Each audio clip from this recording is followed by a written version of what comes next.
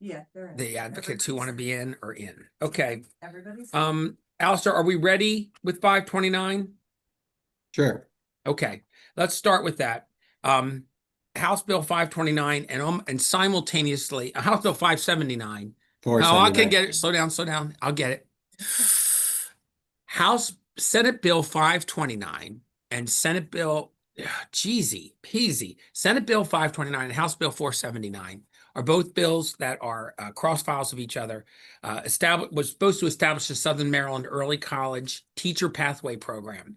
It has become, it is now is a work group, and we're establishing a work group that's going to look at this. Early college is similar to dual enrollment, and University of Maryland wants to get into it a little bit.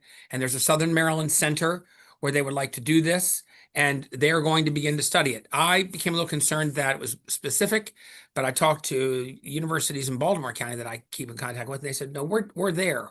We're doing this. We do this with them at this center. So they're pretty happy that we're starting to think about it, but doesn't establish the program.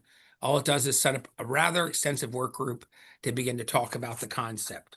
So the amendments take out a lot of the stuff at the beginning of the bill about the program, and more of it is about who's going to be in the work group, and then also about what their charge is a little bit, which is to look at the structure of teacher preparation and implementation and see if there's ways that the local schools can get involved. Alistair, you want to add anything to what I've said? Yeah, so what you were describing is the amendments the Senate did to the bill. The House, the amendments we are making to the Senate bill is very limited, just adding a new member from the Maryland Association of Community Colleges and reorganizing the way that the unions are described there. It has we're going to change it to say that it's a representative who has experience implementing post-secondary readiness or early teacher prep, and that they are selected by the union president rather than the university. Yeah, that makes sense. You would want them to pick their own for this. Doug Miller, I see your hand up. That one's not getting worn out on your screen, is it? I'm just checking. Not at all. Okay, It's good. ready to go. Off you go. Question. So those of us that already have early college programs established, there's nothing in the work group that would provide a recommendation or anything future legislation that would disrupt what we're already doing out in our area. It's an excellent question. And Brad Phillips, who is the executive director or whatever he is of Maryland Association of Community Colleges, says he's okay with this, that he didn't have a problem with this. And in fact, I believe MACC has a member as part of the work group. So they seem pretty comfortable with this. I know, and I have your same concern that, we have to be careful that they're not kind of stepping on their territory here, but he seems quite comfortable with it. So we did check with him. Okay, thank you. You're welcome. Anybody else? Okay, so generally it creates a work group, and generally there's a few changes. We're going to conform both bills to the same version, more like ours or more like theirs, Alistair? Unfortunately, this one more like theirs, but we'll get them next time. That's okay. We didn't concur on one today. So I'll take a motion on the amendments that are what the amendments that would put the bills together and make them similar. So moved. Okay, got a second? Second. Any further discussion? Okay, all in favor of the amendments, raise your hand. And on the bill as amended. Bill. Second. I saw that, Delegate Patterson. Of all people, yes, it's a new attitude down there. All right, so on the bill as amended, I thought I heard a motion in a second already while I was jabbering. So any further discussion? Okay, seeing none, all in favor of the bill as amended, raise your hands, please. 1, 2, 3. Joe, do you have your 3, 4, 5? I saw Hornberger, but he's not on screen, so I don't have a vote from him on this. There he comes. Okay, great. So we have unanimous, but we have only 6 members, not 7 for that. Okay, next. Excuse me, Mr. Chair. Yes. Delegate Roberson is having trouble getting on the call. Okay, thank you for that. I'll tell you what I'll do. What you want to try to send it to them again? Yeah, I'll send it. Thank you, appreciate that. I texted him, but I didn't look back at my answer. He has tried to call me. What I'm going to do is I'm going to call him and put him on speaker until he finds his way on, and then he can weigh in verbally here. Hey there. Yes, sir. While you're trying to get on, I'm going to leave you on my phone on speaker, and then you can talk into the meeting, okay? But whoever's talking in the background, though, should stop because we can hear them too. Hey, Kent. There he goes. He's got it. Are you still there? Yeah, I'm here. Okay, and we're sending you the new link. So once that comes up, we'll take you off the phone. Okay. Okay, we're on the second pair of bills here, and thank you for that point of order there, Delegate Miller.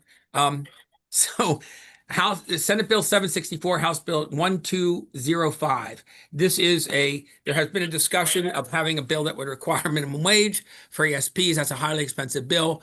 This bill now becomes, I think it's either a study or a work group. We use similar words for it. There was some concern that if we did this bill, it would simply say, hey, you got to pay them more, they're poor.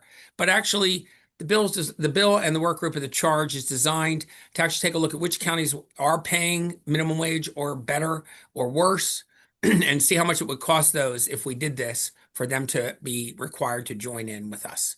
I think that covers it. Alistair, anything? Yeah, there's one amendment to the Senate bill. So the Senate bill struck the original requirement and created this study, or a beefed up version of a study, in its place to look at what the cost would be, how much it would cost to the uh, general aid to education state fund, Yes. and do it by county, as you just said.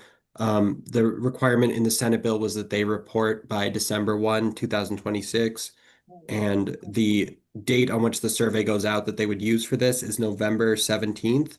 So the amendment to the Senate bill just gives them an extra 45 days, lets it be January 15th that they would And are we report. running with them on that? Yeah, I checked with MSD. They think that that's a viable Okay. timeline. All right, Delia Miller. Thank you, Mr. Chair. So I have a few questions on one to clarify. It's not just minimum wage, it's a $25 minimum wage that's being looked at in the study? Yes, I Yes, I'm apologize. sorry. I if should have said the amount. Yes. Okay. And then, so then is there any mandatory action that would be taken after the study? Is there anything? Okay. So anything would have to be subject to future legislation. Okay. And then would this be, then a subject of collective bargaining after that? Well, that's up to us. I mean, we could pass legislation saying that they have to have a minimum wage, set a minimum wage amount. I mean, we did this in the blueprint. Right. Teachers and are that- required, so we could respond that way, but there's no requirement that we respond either way in particular. Okay, well, and I don't know if this, I don't know if it needs to be put in there, but one of the couple things that I would want them to look at, that when we did the 60,000 to the base of the scale, I mean, it's always good intention to obviously try to impact the employees that are in the most need, but what that does essentially, even with the 60,000, is if they're going to look at the effect on the total scale when you're talking cost, because whenever you adjust, if you have a scale, whenever you usually adjust the bottom of the scale, which we tried to do many, many times when I was on the Board of Ed, but it also then effectively goes the same percentage wise up the whole scale. So I would want to make sure that they're looking at that for true cost. Then there's also the impact, if they take it into account when they're talking about a fiscal evaluation, that they take into the account Me Too language, because as far as I know, every school system would have Me Too language. So it would then be whatever we do, if we're doing something large mandated in legislation to one group, then it would also have basically a tripling effect because of the Me Too language in the other units. And then I would also want the cost to the locals then parsed out when we're looking at those couple things. So those are the things that I would want to see coming out of a study coming back. Just to kind of see, because we are facing in those next couple years a fiscal cliff with the blueprint. And so adding any kind of mandatory appropriation and how that would look, as I believe they said, to the calculation of the per pupil amount could be very significant. So. Thank you. Delegate Hornberger. Mr. Chair, I think the way term that April there was looking for was wage compression, which is a real issue. In Cecil County, as the minority leader had alluded to earlier this session, we've had an increase in funding, but at the same time, we're saying that, some teachers may have to get laid off because they can't meet the mandated appropriations for the wage, which is the floor of $60,000. Mhm. So just in terms of math, I mean, really isn't a partisan issue, but we don't want to lose more teachers at the expense of funding appropriately these other staff. So is it a balancing test? How are we going to look at these jurisdictions that are struggling to meet the 60,000 baseline, and then at the same time bring on staff they already have at a higher rate? So I don't know how we reconcile that in a study. Right. Well, first of all, the things you're asking for would change the fiscal note on the bill itself significantly, because State Department would then probably have to hire PIN to do that kind of work. I think this was supposed to be a more cursory look at what counties are doing and how they're doing it. And I don't even know, I'm looking at it. It really just talks about the calculation. We talked about recommendations. I don't really even see anything that says that they have to tell counties what they should be doing or tell the State Department. So I think this is an early look at, who's doing it and where it's happening across the board. So I think your ideas are probably reasonable for us to look for. That we have not included those things in the fiscal consideration for this bill. So that sounds like a job for 2027 to me. Yeah, I think just, and again, you can't put this into the study, but I think if there was a clause in there that would hold harmless or not pump up the wage of the higher end staff, the C-suites, the teachers, et cetera, that, the way that these union contracts are often structured is that if you raise the bottom tier, push everything else up, right? you just have to see increase as well. Classic restaurant example. If you pay your dishwashers more money, then you have to pay the waiters more money than that. Yeah, I get it. The only way that I see something like this passing with these jurisdictions that are struggling for funding is if that's not part of the. But there's nothing in this bill that is passing that right now. So Yeah, it's a look, and the looks, and Delegate Miller came up with an exhaustive list, but I don't believe with current fiscal allowance for this bill that we can do it. It's pie in the sky if that's But- well, Can I ask a clarifying question? Is the suppose. Alistair, is the State Department of Education shall identify the amount by which the target per pupil foundation amount would need to be adjusted to provide the funding to implement a 25-hour minimum wage for education support professionals. Is that still in the bill, or am I looking at, because I'm at the House bill, is Yes. that not in the Senate bill? That'll be in both It would be in versions. both. Okay, so Yes. with that line being in And there, that's they some are of gonna, what you're looking for there. Yeah. yeah, they are gonna make a recommendation, and if they're not looking at the things that I would say, oh, and the other one I forgot that we didn't do also with Blueprint is the pension, then the impact on the pension. So those are all really important considerations if you're making a recommendation of a change to a per pupil foundational amount. I think part of the reason, I think those are all important things. This is kind of a bare bones study. I think part of the reason that it's a bare bones study is that they're trying to align the timing with the timing of the blueprint study so that it can be seen for next session so that all this information can be taken in together. I think if they did a deeper study, realistically, it might require another full year of analysis and data gathering and stuff. And so I think that's part of the reason that it's kind of really just this narrow look at stuff. Are they going to specify out that, I mean, because it's literally saying how much a foundational amount would need to be adjusted to provide the funding. If they don't give us accurate numbers, that will have devastating effects on our locals as we find that these things will be much more expensive than what they're saying. What do you mean if they don't give us accurate numbers? What are you saying, that they're If you're gonna not tell us the taking, truth? if you're not taking those things into an account, then you're not looking at what the actual accurate cost to the state and to the locals would be. Thank So you. then you're looking at astronomically higher costs, which when we're making any kind of legislative decisions is difficult then. Thank you. Thank you. Delegate Vogel. Yeah, and thank you, Mr. Chair.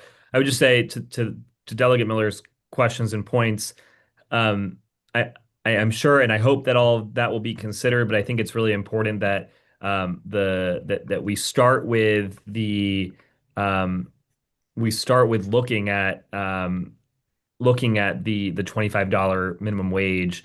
I personally don't think that any educator in our public schools should be working for less than $25, and I think that's a fair baseline for us to be working off of as we conduct the study that, again, I hope evaluates all the other factors that Delegate Miller was looking at or was discussing. So with that, I would move the amendments.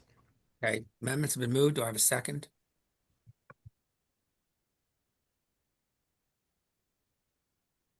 Second. Yeah, I heard. Second. Got a couple. Well, I think we discussed them at length on the amendments. If are those in favor of the amendments, please raise your hand that conform the bills together. We have almost everyone, and those against, please. And we have one against. Okay. On the bill as amended, please. Move the bill. Thank you. Second. We have a second on that. Any further discussion? We've had a reasonable amount here. Okay, all in favor of the bill as amended, please raise your hands. Well, why's my hand up? What happens is when you do it, AI puts it up for you sometimes. It's doing it to me right now also, okay?